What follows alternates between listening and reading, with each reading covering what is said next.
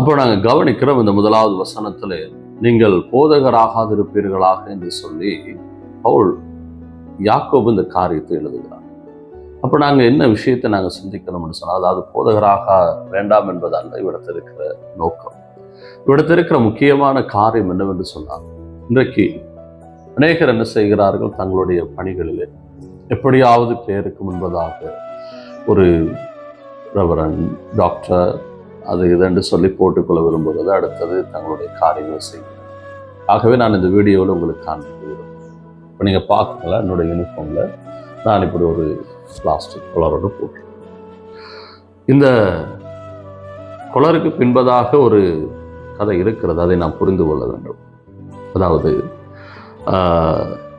ஒரு தலைமைத்துவம், அந்த தலைமைத்துவத்துக்கு கீழே உருவாக்கப்படுகிற ஊழியர்கள், அவர்களுக்கு மேலே நிறைய மூத்த ஊழியர்கள் இருந்து பல வருஷங்களாக அவர்களை இறையியல் கல்லூரிக்கு அனுப்பி படித்து ஒரு நல்ல நிலைமைக்கு வந்து தலைமைத்துவத்துக்கு கீழ்ப்படிந்து ஒரு நல்ல முதிர்ச்சியான நிலைமைக்கு வந்ததுக்கு பிறகுதான் அந்த ஸ்தாபனத்தில் இருக்கிற தலைமை போதகர்கள் ஒரு முடிவெடுப்பார்கள், இவரை நாங்கள் ஒரு தலைமை போதகராக ஆக்க வேண்டும் என்று சொல்லி.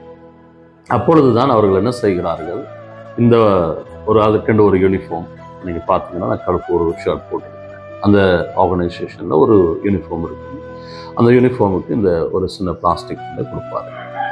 அது திருநிலைப்படுத்தல் என்று சொல்லி ஒரு விசேஷித்த விதமாக அந்த நிகழ்வு நடத்தப்படும். அந்த நேரத்தில் தான் இதை கொடுப்பார்கள்.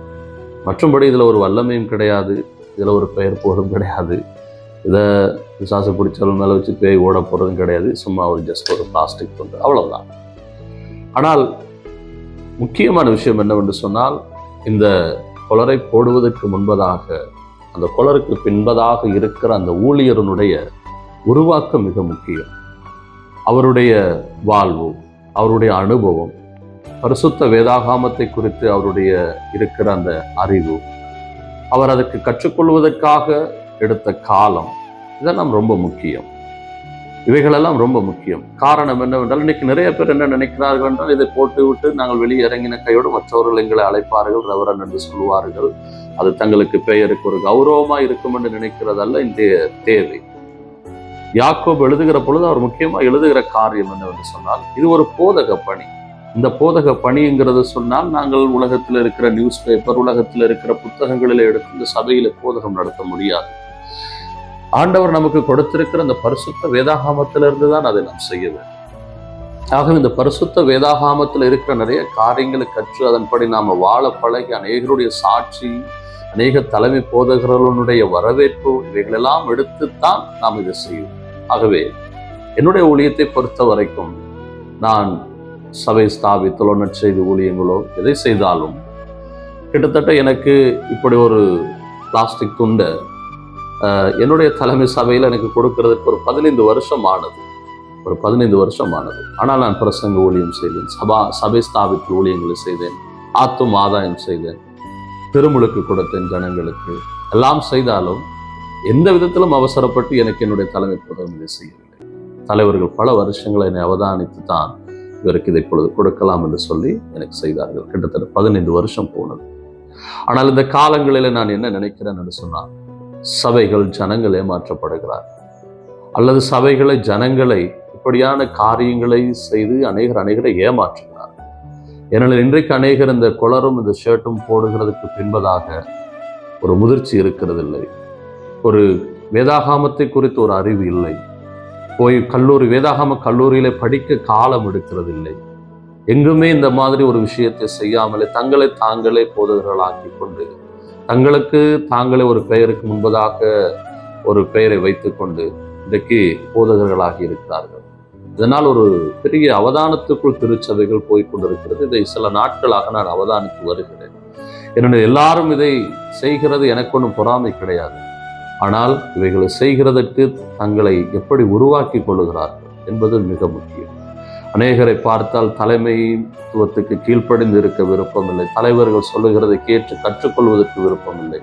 இப்படியெல்லாம் இருந்து கொண்டு இந்த காரியத்தை செய்து விடலாம் என்று நினைக்கிறார்கள். ஆகவே தான் இந்த வீடியோ ஊடாக எனக்கு இந்த எச்சரிக்கை சொல்ல வேண்டும் என்று நான் விரும்பினேன். இனி வருகிற நாட்களிலே சில காரியங்களை குறித்து ஒரு விழிப்புணர்வை ஏற்படுத்த வேண்டும் என்று நான் நினைக்கிறேன் தலைவர்கள் சபைகள் மத்தியிலே. இது கிறிஸ்தவர்களுக்கு மாத்திரம் ஒருத்தான ஒன்றுதான் இந்த வீடியோ. ஆதலால் நாம் ஒரு காரியத்தை செய்வதற்கு முன்பதாக தேவ பயத்தோடு வசனத்தோடு போட்டு பார்த்து செய்வோம். ஆகவே போதக ஊழியம் என்பது நமக்குள்ள நிறைய விஷயங்களை நாம் வளர்த்துக்கொள்ள உருவாக்கிக் கொள்ள வேண்டிய தேவை இருக்கிறது.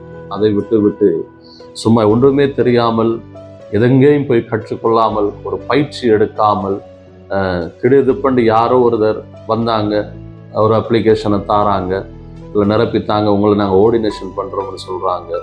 அதுக்கு பிறகு பட்டப்படிப்புக்குரிய கெப்பை கொடுக்குறாங்க, ஒரு உடுப்பை கொடுக்குறாங்க. அதாவது 4 வருஷம் படிக்க வேண்டிய விஷயத்தை 6 மாதத்துல செய்து தாரோம்னு சொல்கிறாங்க. இது எப்படி நடக்கும்னு எனக்கு தெரியல. அதாவது 1 லிட்டர் போத்தலுக்குள்ள எப்படி 4 லிட்டர் தண்ணியை ஊற்றுறாங்கன்னு தான் எனக்கு தெரிய மாட்டேங்குது. ஆகவே இந்த காரியங்களை குறித்து நாம் கவனம் செலுத்தணும். ஏற்றுக்கொள்ள முடியாத நிறைய விஷயங்கள் நடந்து வெறும் 5000 ரூபாய், 15000 ரூபாய், 30,000 ரூபாய் கொடுத்தாலே இன்றைக்கு அந்த பட்டப்படிப்பையும் கொடுத்து, சர்டிஃபிகேட்டையும் கொடுத்து, இந்த மாதிரி கொலரையும் கொடுத்து ஆர்டினேஷன் நிகழ்வெல்லாம் நடத்துகிறார்கள்.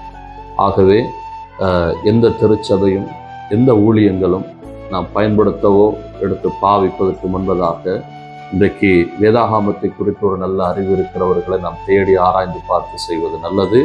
இல்லாவிட்டால் இயேசு கிறிஸ்து ரத்தம் சிந்தி சம்பாதித்த திருச்சபையானது கள்ளர் குகையாக மாறிக்கொண்டு போகிறது. இந்த எச்சரிப்பை நாம் கவனத்தில் கொள்ளுவோம். கர்த்தர் உங்களை ஆசீர்வதிப்பாராக. அடுத்த காணொளியில் சந்திப்போம்.